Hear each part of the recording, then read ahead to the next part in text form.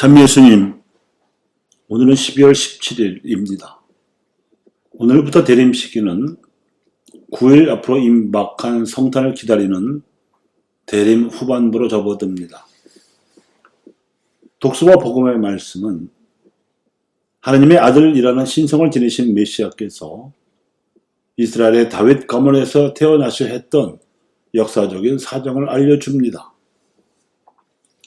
그 사정의 연유는 우선 인류를 구원하러 하느님께서 세상에 오시기 위해서도 이스라엘이라는 특정한 민족을 선택하셔야 했고, 그래서 이스라엘의 조상들에게 메시아를 보내시겠다고 약속하셨기 때문이기도 합니다. 시대 상황도 맞아야 했으며 마리아와 요셉 등 관련된 이들에게 그분을 맞이할 준비도 시켜야 했기 때문이기도 합니다. 이 모든 역사적 사정을 합해서 마르코는 단 한마디로 설명한 바 있습니다. 때가 차서 하나님의 나라가 가까이 왔다.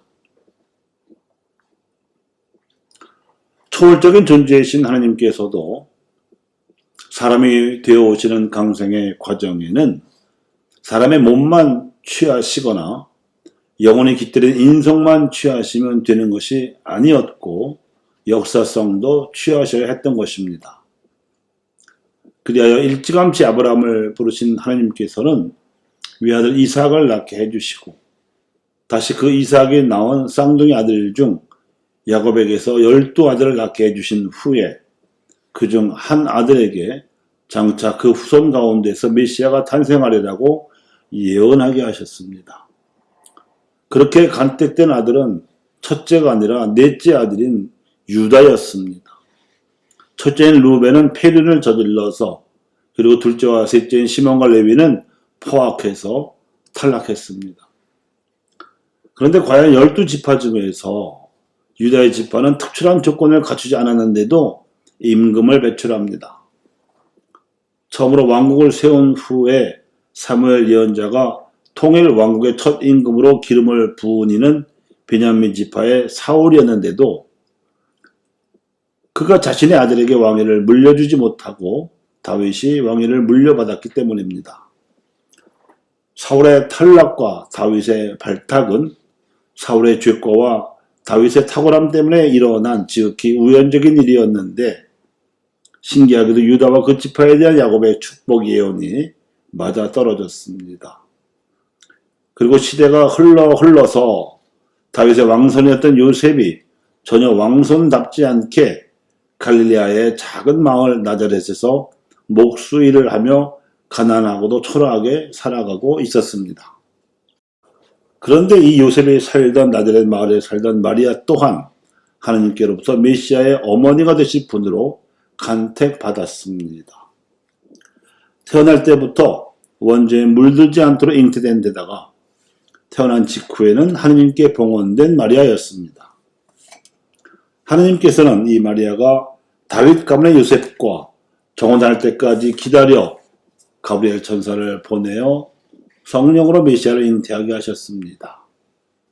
그래서 태어날 메시아는 하나님 성령으로 잉태되신 분이면서도 인성으로 그리고 법적으로도 요셉이 속한 다윗 가문의 자손이요 유다 지파의 후손이 될 수 있었습니다. 인성적이고 법적인 역사성의 이 조건이 하나님의 아들의 신성이 세상에 드러날 수 있었던 조건이었습니다. 그런데 왕손이셨던 예수님의 신분에도 불구하고 공생활 내내 그분은 이방인의 갈릴레아 출신이라는 이유로 예루살렘 출신의 주류들로부터 멸시를 당한 데다가 성령으로 잉태되어 동정녀로부터 태어나셨다는 강성의 신비가 감춰져 있어서 근본이 수상한 사생아라는 소문을 달고 사셨습니다. 그분의 가정도 요셉이 버젓이 아버지로 있었는데도 예수님께서 어린 시절부터 아비 없는 자식이라는 뜻으로 마리아의 아들이라는 편견과 멸시를 동네에서 달고 사셔야 했던 사정이 이를 뒷받침합니다. 아마도 세리 출신으로 자신도 차별을 당해보았던 마테오로서는 스승께서 억울하게 당하셔야 했던 이 서름과 차별이 못내 서럽고 분했던 것 같습니다. 그래서 스승의 출생 비밀은 물론 혈통 진실까지 알림으로써 통 하나를 풀기 위해 예수님의 족보를 자신의 복음서 첫머리에 내세웠던 것 같습니다. 그래서 족보의 첫 문장도 다윗의 자손이시며 아브라함의 자손이신 예수 그리스도의 족보라고 썼습니다.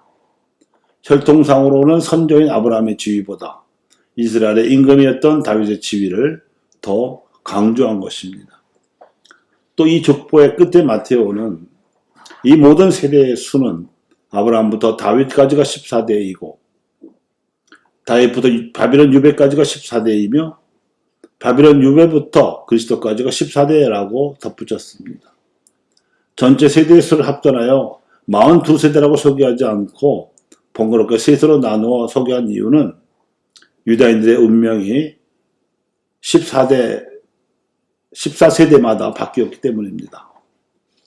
유다인들은 아브라함부터 다윗까지 처음 14대 동안 판관들의 지배를 받았습니다. 그 다음 다윗 때부터 바빌론 유배 때까지인 두 번째 14대 동안은 임금들의 지배를 받았습니다. 마지막으로 유배 이후 그리스도 때까지 14대 동안은 대사제의 권력 아래 살았습니다. 이렇게 14대가 지날 때마다 백성의 살림살이와 운명이 달라져 왔습니다. 이제 유배 때부터 그리스도까지 새로운 14대가 찼으므로 그리스도 이후 백성의 살림살이 정도가 아니라 그들의 구원 운명이 결정될 판이었는데 이스라엘 역사를 14대씩으로 나눈 족보의 마지막 진술은 예수님께서 판관이시여 임금이시며 또한 대사자 역할을 합한 메시아이시라는 의미를 암시하고 있습니다.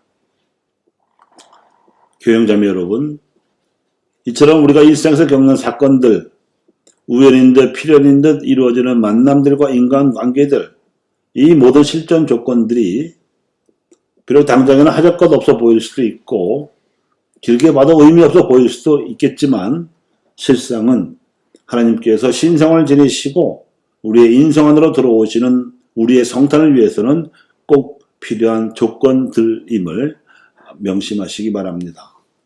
감사합니다.